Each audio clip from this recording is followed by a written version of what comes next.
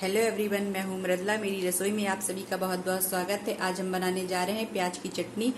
इसके लिए मैंने यहाँ 2 मीडियम साइज के प्याज है जिसको मैंने छीलकर धोकर बारीक बारीक काट लिया है। अगर आप इसमें लहसुन खाना पसंद करती हैं तो आप लहसुन भी इसमें डाल सकती हैं। इसमें यहाँ पर मैंने स्वाद अनुसार हरी मिर्च ले ली है। इसके अलावा यहाँ पर आधी कटोरी दही लिया हुआ है, ये खट्टा वाला दही है।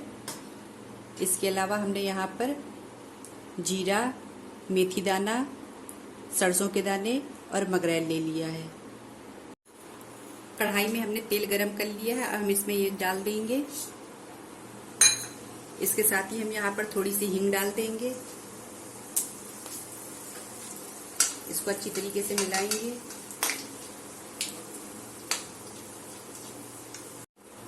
अब हम इसमें प्याज डाल देंगे, हरी मिर्च भी डाल देंगे। इसको अच्छी तरीके से हम पकाएंगे।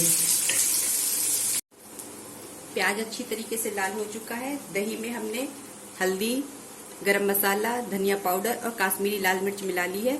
इसको हम इस तरीके से मिक्स करके इसमें डाल देंगे। गैस हमने एकदम धीमी रखी। जब भी हमें दही डालना है हमेशा गैस हमको धीमी करनी है। इसको डालकर हम लगातार चलाते रहेंगे इस तरीके से। देखिए, इस तरीके से हमने इसको चलाते हुए पकाया है। ये देखिए, इसमें बॉयल आ चुका है। तब अब दही नहीं फटेगा। इसमें हम पानी डाल देंगे अब थोड़ा सा, जिसमें हमने मसाला दही निकाला था इसमें पानी मिला के डाल देंगे। इसको अब थोड़ी देर के लिए हम पकने देंगे। बीच बीच में हम इसको चलाते रहेंगे। अभी हमने नमक नहीं डाला था तो इसमें हम नमक डाल देंगे। नमक हम स्वाद अनुसार डालेंगे। इसको अच्छी तरीके से मिक्स कर देंगे और फिर इसको हम पकने देंगे। चटनी पूरी तरीके से पक चुकी है। पानी इसका पूरा पक चुका है। दही ने भी अपना तेल छोड़ दिया है। गैस हम बंद कर देंगे। प्याज टमाटर की चटनी बनकर तैयार है। अगर आप चाहें तो इसे 7 दिन के लिए स्टोर करके रख सकती हैं। अगर आप चाहें तो इसे ज्यादा दिन के लिए भी स्टोर करके रख सकती हैं।